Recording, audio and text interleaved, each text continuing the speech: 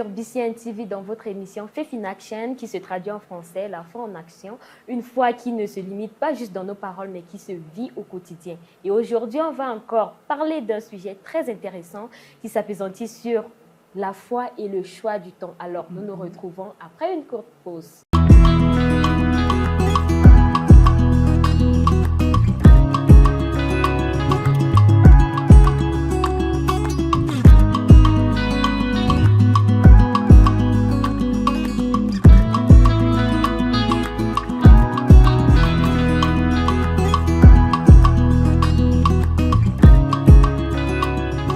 Welcome back. Aujourd'hui, je ne suis pas seule sur ce plateau. Je suis encore accompagnée de mes amis. Il y a Francky, bienvenue. Salut. Et mon frère Jean-Claude. Salam, salam. Et ensemble avec eux, nous allons parler sur ce sujet très intéressant et nous croyons fermement que vous serez édifiés et encore bénis sur ce sujet.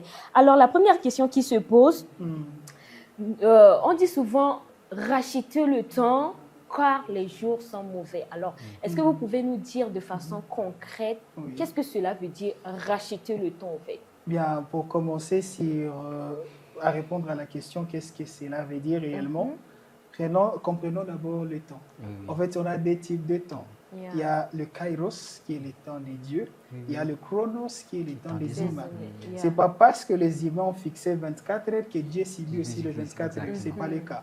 Maintenant, comme la Bible est en train de dire racheter les temps, là, c'est l'auteur qui est en train de parler de racheter ces temps-là qui est divin. Maintenant, en parlant du rachat de ces temps-là, ce n'est pas comme si on est en train de dire d'avoir le 24 heures sur 24 heures dans les choses de Dieu. Quand est-ce que tu auras le temps de manger? Tu es humain. Quand est-ce que tu auras le temps de se laver? Quand est-ce que tu auras le temps d'aller au boulot? Quand est-ce que tu auras le temps avec ta famille? Mais qu'est-ce que cela signifie? Cela signifie qu'on doit apprendre à aligner nos priorités selon la volonté divine de Dieu. Exactement. Pas être dans des distractions où on est en train de vouloir formuler notre propre temps et penser que c'est ça le temps de Dieu. Donc c'est tout simplement ce que je peux dire. Et je ne sais pas si Francky aura quelque chose à ajouter. En fait, c'est exactement ça, parce que quand on nous dit de racheter les temps, Dieu ne parle pas des temps des hommes. Il parle de son temps, parce que personne ne connaît quand Dieu reviendra. Alors, il nous dit de maximiser de plus pour être capable de reconnaître ce temps-là. Parce que, comme il a dit, il a le chronos et le kairos. Les chronos, ce sont les temps qu'on a fixés, les 24 heures. Mais les kairos, c'est le temps de dessin, un temps qui vient au moment opportun. Voilà. C'est un temps qui ne vient pas juste comme ça. Ça vient peut-être une fois par an. Alors Dieu nous demande de maximiser ces temps-là. Pour ça, parce que dans la Bible, on nous montre deux parties là où Dieu avait pleuré. Première fois, c'était la mort de Lazare. Deuxième fois, c'était quand il a vu des choses qui vont arriver à Israël. Pourquoi? Parce qu'ils n'ont pas su le temps où Dieu les avait visités. Pour dire que le temps que Dieu a fixé pour nous, c'est un temps qui est spécial et qui est précis. Alors, quand on nous dit de racheter les temps, c'est pour nous dire qu'essayer de faire tout pour maximiser ces temps. Pour dire que dans les temps chronos, qui est le temps des hommes, c'est le temps où on doit faire tout pour maximiser tout ce qu'on doit faire pour arriver à capter le temps qui est le temps de Dieu, qui est Kairos. Exactement, si je pourrais ajouter, c'est là où la foi aussi intervient. Exactement. Par rapport à la foi, comme nous l'avons répété dans plusieurs émissions, c'est ce que Dieu a dit. Et quand Dieu a dit quelque chose, il y a un temps qui est fixé à la chose. Le temps que j'ai, donc le fait que j'ai cette foi en Dieu, Dieu a dit, je saurai comment me positionner pour être victime de ce qui doit se passer à ces temps-là. Exactement. Et c'est ça la foi. C'est là où la foi intervient aussi dans cette matière des temps. Racheter les temps. Racheter les temps, connaissez quelle est la volonté de Dieu pour vous positionner afin de recevoir ce qui a été promis à ces temps-là. Donc, ce n'est pas ces temps-là des humains. Oh, à 19h, Dieu va faire ceci. Non. Ça, c'est le temps des Exactement. humains. Ce n'est pas le temps de Dieu. Alors, comment est-ce que cette foi en nous va influencer ce à quoi on peut dire oui et ce à quoi on peut dire non concernant notre timing? Parce que vous avez parlé du temps de Dieu et le temps des humains. Alors, comment est-ce que cette foi va nous propulser ou nous aider à comprendre non seulement ces 2 heures, ces 2 temps autant pour moi, mais aussi les ajuster à la volonté de Dieu? Exactement. En fait, la question là, c'est, je crois que Jessie avait toussé un peu sur ça en disant qu'il y a des temps en fait, qu'on doit savoir. Et j'aime comment dans Ecclésiaste, il dit qu'il y a un temps pour tout. Il y a un temps pour pleurer. Il y a un temps. Et dès qu'on regarde de la manière aussi, Dieu a créé le monde, si on retourne dans la Genèse, Dieu a créé les temps avec des signes. Pour dire que ça, c'est pour montrer qu'il fait nuit. Ça, c'est pour montrer qu'il fait jour. Mais avant qu'il y a des signes qui montrent. Pour dire que quand tu sais, comme il a dit, il a parlé de la foi, et j'aime toujours dire que la foi, c'est comme monnaie d'échange. Mais ce qui est maintenant drôle là-bas, le monnaie n'est pas important s'il n'y a pas de besoin. Là où il n'y a pas de besoin, le monnaie n'est pas important. Maintenant, tu as la foi, maintenant tu dois savoir maintenant comment je dois utiliser cette foi pour recevoir ce que Dieu m'a promis. Mais d'abord, tu dois te former. Et en te formant, tu sais déjà ce que je dois faire. C'est comme si quelqu'un qui est en train de préparer son examen, comme là-bas chez nous, ils étaient en train de faire l'examen d'État. Et l'examen d'État se fait une fois par an. Donc, quelqu'un qui travaille les examens habituels qu'on le fait après chaque semestre, et quelqu'un qui travaille l'examen d'État, ce n'est pas la même chose. Donc, il sait que si je rate l'examen d'État, je dois encore entrer l'année prochaine. Mais si je rate les examens habituels ici, je peux les récupérer. Il y a même des rattrapages. Pour dire que quand tu sais déjà le temps de Dieu, tu sais maintenant comment maximiser les temps. Parce que maximiser les temps, c'est dire non à certaines choses qui peuvent te bloquer de ne pas avoir ce que tu cherches et dire oui, ce qui peut t'aider à arriver à décrocher le diplôme. C'est là où maintenant le temps intervient. Quand tu sais comment maximiser le temps que Dieu a prévu pour toi. C'est pour cela même, quand Dieu veut nous bénir, avant des choses, d'abord, il répare les temps. Parce que le temps est très important. Parce que même le riche, ce qu'il cherche le plus, c'est le temps. Il cherche même qu'on puisse augmenter même un tout petit peu sur leur temps pour faire encore plus. Pour dire que quand tu arrives à maximiser ton temps, pas le temps des hommes, mais le temps de Dieu, ça va te permettre aussi de dire non à ceux qui t'empêchent à recevoir ces choses. Parce que quand tu sais, quand je rate ces choses, je n'aurai pas le temps d'attendre encore une année. Parce que quand Dieu a pleuré, parce que Jésus avait pleuré, il avait compris qu'ils vont passer dans des choses tellement terribles. Pourquoi? Parce qu'ils n'ont pas si maximisé ça. Parce que si ces gens-là avaient eu le temps de maximiser, il allait dire non à ce qu'ils étaient. Pourquoi? Parce qu'ils n'ont pas crié à la parole de Dieu. Tu vois? Donc, ils ont dit non là où il faut. Ils ont dit non là où on n'était pas censé dire non et dire oui là où on n'est pas censé dire oui. C'est un peu ça, en fait. Comme Francky l'a dit, c'est très, très, très important. Il y a toujours des signes. Comme il a dit, la nuit, il fera sombre le jour, il y aura la lumière. Même quand la pluie va tomber, il y a toujours le nuage qui change. Mais non, tant qu'il y a des signes, ces signes-là, on peut arriver à l'interpréter si on a la connaissance des signes. Et cette connaissance des signes-là, nous l'avons à l'école de Dieu. Exactement. C'est là où nous apprenons à connaître ça, ça signifie ceci. Exactement. Maintenant, vu que déjà je connais que ça signifie ceci, je sais ce que Dieu a dit sur ma vie. Est-ce que la situation dans laquelle je suis en train d'y passer maintenant, je ne suis pas en train de bousiller maintenant, ou je suis en train de maximiser ces temps? Parce qu'il y a des gens, là où ils étaient censés se former, ne fait rien. Exemple, c'est quelqu'un qui a un rêve de devenir un footballeur professionnel. Mais il a déjà 40 ans. Sa vision est claire. Son zèle aussi est clair. Mais il a manqué le temps. Tu vois? Parce que selon maintenant les règles du football, l'âge là ne lui permet pas d'être un joueur professionnel. Pour dire que là où il était censé se former, il a dit non. Maintenant, là où il était censé maintenant dire non, c'est là où il a dit oui, il a commencé maintenant à s'entraîner. Pour dire que on doit, quand tu maîtrises, en fait, quand tu connais plus le temps de Dieu, tu sais maintenant, ça c'est le moment où je dois m'entraîner et où le moment où je dois me reposer.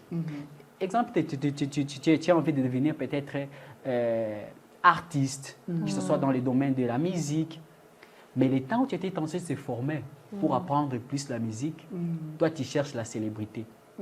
Ok, maintenant quand le temps là où tu étais censé te former viendra, tu vas rater ta saison. Parce que Dieu, lui, il accomplit, il ne peut pas donner quelqu'un quelque chose qu'il sait qu'il n'est pas capable de gérer ça. Pour dire qu'on doit faire tout, parce que le deux temps là-bas, racheter les temps, c'est pour dire qu'on doit plus faire ce qu'on est censé faire tant qu'il a encore temps. Parce qu'il viendra un temps où Tu auras besoin de faire ce que tu as besoin maintenant de faire et il n'y aura pas ça.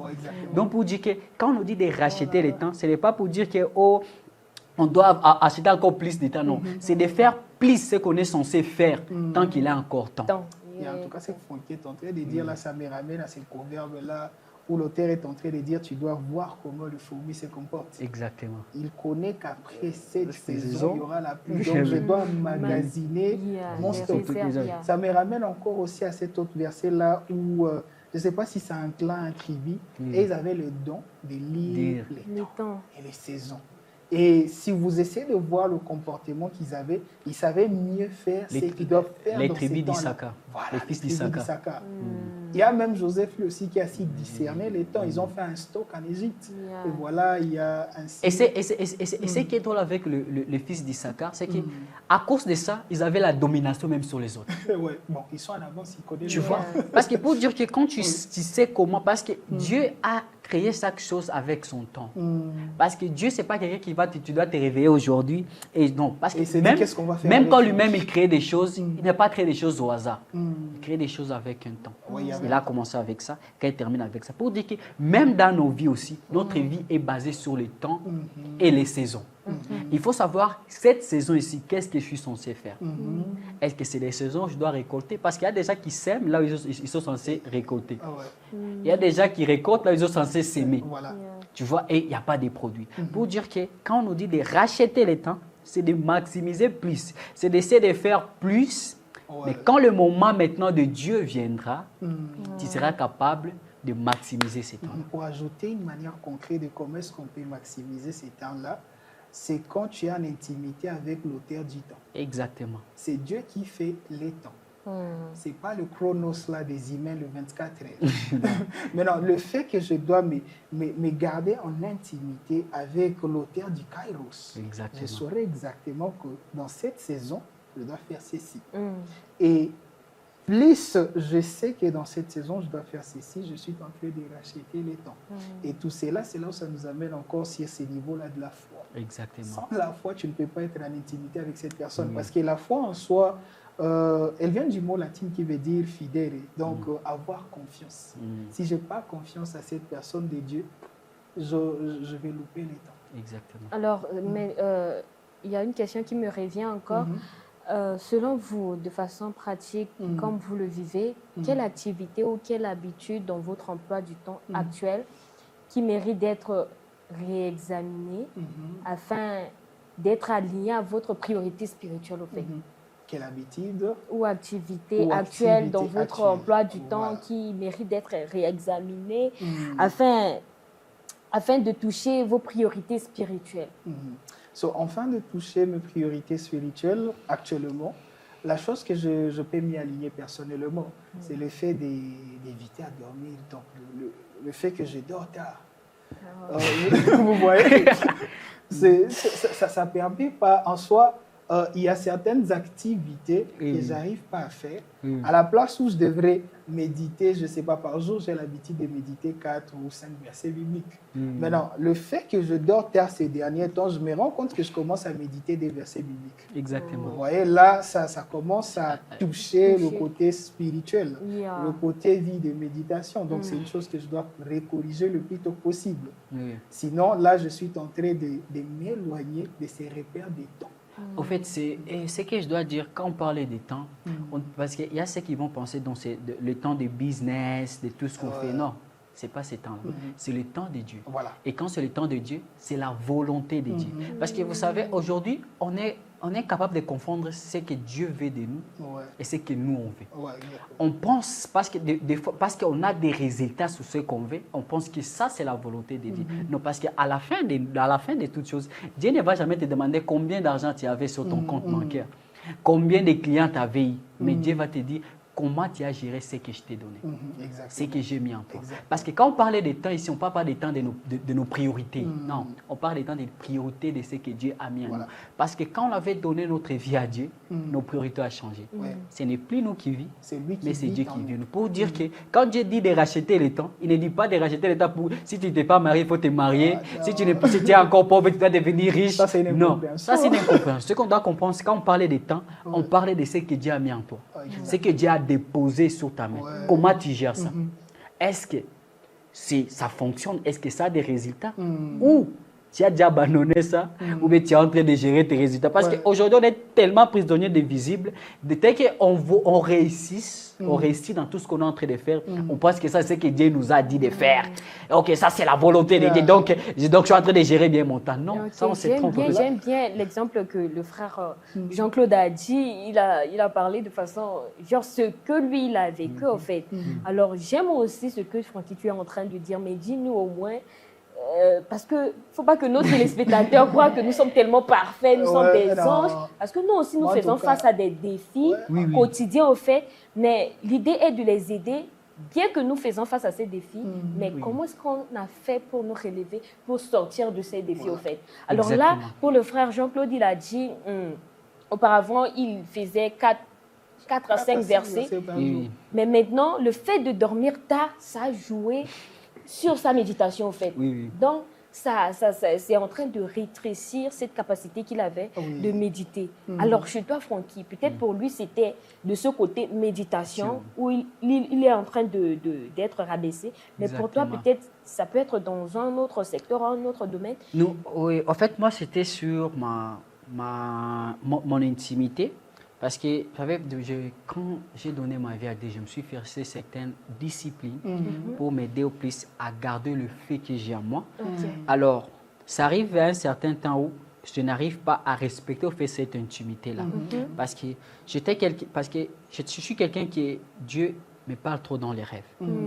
Et j'aime ça en fait. Avant, j'avais l'habitude quand je dors, je mets des versets bibliques ou bien des livres audio ou des prédications. Je laissais tourner en fait toute la nuit pour que je ne puisse pas avoir des rêves qui ne sont pas vraiment. Mais au fur et à mesure que j'avance, j'ai la flemme. Tu sais, quand tu rentres la nuit fatigué, les études, et tu dors sans toutefois d'abord faire ce que tu étais en train de faire, les habitudes. Et ça fait un certain temps, j'avais perdu en fait cette habitude parce qu'avant, Dieu me parlait trop sur les rêves, mais ça fait un certain temps où j'ai perdu en fait ces sensibilités en fait, sur des rêves. Des fois que je rêve, je ne me rappelle même plus de ce que je rêve. C'est parti. C'est parti. En fait, il y a des fois je rêve où je me demande, est-ce que réellement ça c'est moi qui ai appliqué? Des fois même je dors et je me réveille sans rêve, tout ça. En fait, ça m'a bloqué. Ça a bloqué en fait la discipline que j'avais. Dès que je ne respecte plus ça, ça a brisé au fait ces sensibilités. Mais alors, pour m'améliorer encore, je m'efforce aussi. Et des challenges aussi, c'est sur la méditation. La méditation, c'est pas facile. Il faut comprendre une chose. Dans les dimensions des esprits, je me souviens un jour à la cellule, on réclamait pourquoi les gens ne méditent pas. Et puis, on avait fait une courte prière. Et juste dans la prière, il y a une voix qui me dit, la foi vient de ce que l'on entend. Et ce que l'on entend vient de la parole de Christ. Mais non, comment voulez-vous avoir la foi sans pour autant méditer la parole de Dieu? Donc, il faut lutter sur cela. Au fait, moi, les problèmes que j'avais, en fait, ce n'est pas les temps, c'est les réseaux sociaux. Vous savez, le temps là que tu commences d'abord, laisse-moi d'abord regarder même un tout petit peu quelques vidéos sur YouTube. Tu te rends compte que tu as déjà lu. Les choses là que tu regardes, ça devient intéressant. Quand ça continue, tu te rends compte que tu viens de gaspiller 2 heures. 2 heures même, c'est petit. Et quand tu termines ça, tu te dis, tu n'as plus envie de méditer en fait. Et je te dis, je vais le faire demain. Bon, demain, je vais me rattraper. Demain encore, tu arrives, tu te dis, je vais me faire. Et jusque là où c'était 2 jours. Ça devient 3 jours, ça devient une semaine sans méditer, ça devient d'habitude. Jusqu'à tel point où méditer, ça devient encore compliqué. Mais gloire à Dieu, j'essaie toujours de m'imposer la discipline nécessaire. Et j'ai désinstallé, je ne dis pas que j'ai désinstallé des applications qui me distraient. Les WhatsApp, pas WhatsApp, Instagram, TikTok, Facebook, j'ai désinstallé ces choses. Alors, Le moment où j'étais censé regarder ces choses, je regarde sur mon téléphone, il n'y a pas, je prends la Bible. Au moment où j'ai envie de regarder, je regarde mon téléphone, il n'y a pas de TikTok. Qu'est-ce que je dois faire? Parce que on est tenté, c'est parce qu'on est souvent tenté, c'est parce qu'on manque à faire. Quand on manque à faire, ça devient la nuit. Mais il faut comprendre aussi que ce n'est pas parce qu'on manque quelque chose à faire ou parce qu'on s'ennuie qu'on doit venir maintenant au pied du Seigneur, tu vois. Non. Là, c'est comme genre lui donner les miettes de notre temps. Exactement. Alors, beaucoup d'entre nous chrétiens, c'est lorsque on se sent mal, qu'on se rappelle qu'il y a un Dieu qui a la solution. C'est lorsqu'on n'a rien à faire, ou tu envoies les messages à tous tes potes, personne ne te répond, tu dis, bon, laisse-moi écouter une adoration. C'est une manière de donner juste des miettes de notre temps à Dieu, et c'est pas quelque chose qui doit être encouragé. Mais on doit prendre aussi conscience que c'est lui le maître du temps, et qui dit maître du temps, on doit lui donner son temps. Exactement. Alors, il y a ce côté équilibre aussi qui doit battre son plein là-dedans. Alors, comment est-ce qu'on peut garder cet équilibre? Nous ne sommes pas en train de dire que c'est parfait. Nous ne sommes pas en train de dire que nous qui sommes en train de parler, nous sommes nice dans tout. Non, il y a des moments où c'est parfois difficile, mais certains ont su garder cette discipline, certains ont pu garder cet équilibre dans leur temps, que ce soit le temps de Dieu, que ce soit le temps des humains, en tant qu'étudiant par exemple, ou en tant que travailleur, je sais qu'à tel temps je dois faire ça. Alors comment aider nos téléspectateurs à garder cet équilibre dans leur temps au fait? Pour garder cet équilibre-là, on doit d'abord savoir qu'on doit... Donc, le temps appartient à Dieu. Exactement. Nous donnons à Dieu le tout premier temps. Je peux dire que c'est le prémisse de tes sacrifices que tu peux faire dans une journée. Exactement. Là, je vais parler d'une manière chronos. Maintenant, dans le chronos, là, je pense que vous allez aussi comprendre le kairos. Exactement. Dès que je me réveille, avant que je passe dans gauche, droite, quoi là, s'il y a un temps que je me suis fixé de la prière, par exemple, pour moi, c'est toujours 1 heure. Les 1 heure là, je dois l'effectuer avant que je coule dans d'autres choses. Exactement. Et aussi, au-delà de tout cela, je dois avoir un planning. Parce que tout ce qui n'est pas planifié, on finit toujours par les gaspiller. Exactement. Maintenant, tant que j'ai un planning, je sais qu'à telle heure, c'est l'activité de ceci et ceci. Par exemple, la plupart des travails, ça prend 7 heures par jour pour faire les 40 heures par semaine. Je sais que j'ai 7 heures de travail. Je dois travailler. Je sais que dans ma journée, j'ai 3 heures de prière. Une prière le matin, une prière pendant la journée et une prière le soir. Exactement. Ça, je dois respecter. Et aussi, c'est là où doit venir ta fidélité à tes engagements. Parce qu'une fois que tu es infidèle à tes engagements, tu gaspilles tes engagements. C'est inutile. Au fait, c'est qu'on doit compenser, je dois aussi ajouter, je dois d'abord parler des chronos. Parce que souvent, on gère mal aussi ces temps-là, chronos. Dieu ne nous a pas dit d'être 24 heures sur 24 heures dans l'église. Non, ça aussi, on doit se tromper. Il faut qu'on puisse aussi avoir des temps, aussi de réfléchir. Parce qu'aujourd'hui, à cause de ce verset qui dit « Allez faire de toutes les nations les disciples », on pense que ça a annihilé le fait là que Dieu a dit « dominer le monde ». Non, parce que pour dire qu'on doit être d'abord exceller dans quelque chose, dans quelques domaines où on peut aussi faire des disciples. Pour dire que tu ne peux pas juste aider parce que c'est la volonté de Dieu. Donc le 24 heures là, et ce qui me fait rire, lorsque je trouve certaines personnes qui se disent, la parole de Dieu nous dit prier sans cesse. Certaines personnes ont du mal à comprendre ce terme qui dit prier sans cesse. C'est une incompréhension. Ils prennent le prier sans cesse comme habiter dans l'église au fait. Et qui dit habiter dans l'église, ne pas vaquer aux occupations qui sont censées t'aider au fait. Comment est-ce que tu peux prier pour quelque chose et puis bon, quand toi-même tu ne fais pas le premier pas. En fait, ce qu'on doit comprendre, c'est que Dieu ne veut pas que... Ce qu'on doit comprendre, on n'est pas censé être tous des pasteurs, des prophètes. Il y a ceux qui vont partager la parole de Dieu en étant des chefs d'entreprise. Des chefs, c'est là où Dieu t'a appelé au fait. Pour dire qu'il y a un temps où on doit prier, il y a un temps où on doit réfléchir maintenant sur nos vies et comment on va gérer nos vies. Parce qu'on a des familles à la maison, c'est à gérer. En fait, Daniel n'a pas été un prophète, mais il a été un ministre. Prenons les Joseph. Il était un ministre en Égypte. Mais à partir de ça, il a sauvé son peuple. Pour dire qu'il y a d'autres... Dieu, quand on parle des temps, c'est savoir aussi gérer aussi les temps que je vais donner à Dieu et les temps que je vais donner à ma famille, les temps que je vais donner à mon travail. Parce que on a au moins 24 heures. C'est, quand on parle de dîmes, on ne parle pas que de l'argent, mais on parle aussi de ton temps. Oui, de temps, savoir diviser ton temps pour Dieu et Exactement. pour d'autres occupations, en fait. Pour dire qu'on doit savoir gérer ces choses. Et maintenant, quand on parle maintenant des Kairos, c'est de savoir maintenant comment je dois maximiser le temps de Dieu. Les temps là que j'ai dit à Dieu, comment je dois les maximiser. C'est ce que mon ami Jesse a dit, c'est de s'imposer des disciplines sur ça. Pour cela, la question là revient, là, savoir dire non à certaines choses et oui à certaines choses, en fait. Parce qu'un non doit venir, est-ce que, si je dis oui maintenant là, c'est dans les kairos ou les chronos? Dans les kairos, je dois faire ceci, là et maintenant. Si je disais oui, là j'ai annulé. Je suis dans le chronos et j'ai raté les kairos. Maintenant, c'est pour cela, c'est là aussi qui, donc, j'aimerais que nous amenions un conseil sur le point là, prier sans cesse.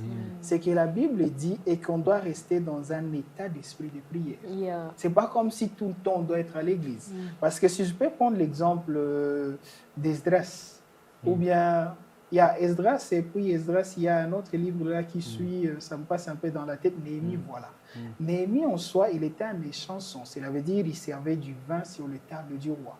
Maintenant, Néhémie, on veut lui rencontrer l'histoire de ce qui se passe en Israël. Néhémie était tellement attristé. Il est parti dans la prière, les temps où il devrait consacrer au Kairos. Exactement. Au Kairos, il reçoit la mission qu'il doit effectuer dans le Chronos. Exactement. Et quand il revient de la prière, il est en train de servir du vin sur le table du roi. Le roi remarque que Néhémie était attristé. Et le roi lui demande qu'est-ce qui se passe. La Bible nous dit, Néhémie fait une prière. Comment lui fait une prière en parlant avec le roi? Donc vous voyez que c'est cet état d'esprit-là dans lequel on doit rester qui signifie prier sans cesse. Au fait, on maximise les kairos, c'est dans la prière. C'est là où on maximise les kairos. Mais les chronos, c'est le temps où tu te formes. Mais si tu veux maximiser les kairos, c'est dans la prière. Parce que c'est là où tu es face à celui qui contrôle, celui le maître du temps et des circonstances. En fait. Et le chronos en soi, si je peux dire, c'est l'implémentation de ce que tu as réussi sur le kairos. Et puis tu peux maintenant la parce que Dieu, c'est un esprit. Mais étant esprit, dans sa capacité à régner aussi par la délégation, si toi tu es son délégué, c'est que tu dois aller accomplir ça dans le chronos. Maintenant, comment est-ce que je peux accomplir ce que je n'ai pas réussi, la mission que je n'ai pas compris? Maintenant, le fait que je comprends la mission dans les kairos, là où dans le chronos, je vais l'implémenter. Et n'oubliez pas que dans le chronos, il y a aussi des principes. Exactement. Les temps que nous utilisons sont des temps conventionnels. Exactement. Si on vous a dit d'être là à 12 heures, soyez là à 12 heures. Sinon, c'est vrai. Sinon, dans les cas contraires, même dans le chronos, tu seras, tu vas rater. Vraiment. Et voilà, c'est ainsi que vous allez voir, c'est ainsi qu'on peut être un chrétien équilibré et pas indiscipliné. Exactement. Aussi. Alors, merci beaucoup pour être un chrétien discipliné et équilibré pour tenir compte de deux types de temps. Alors, merci mon frère Jean-Claude, merci Francky. Merci. Et merci aussi à vous, nos très chers téléspectateurs. Nous croyons que vous avez été bien bénis pendant cette émission, dans l'espoir de nous revoir encore pour un autre nouveau sujet. Et nous vous disons une fois de plus merci et shalom.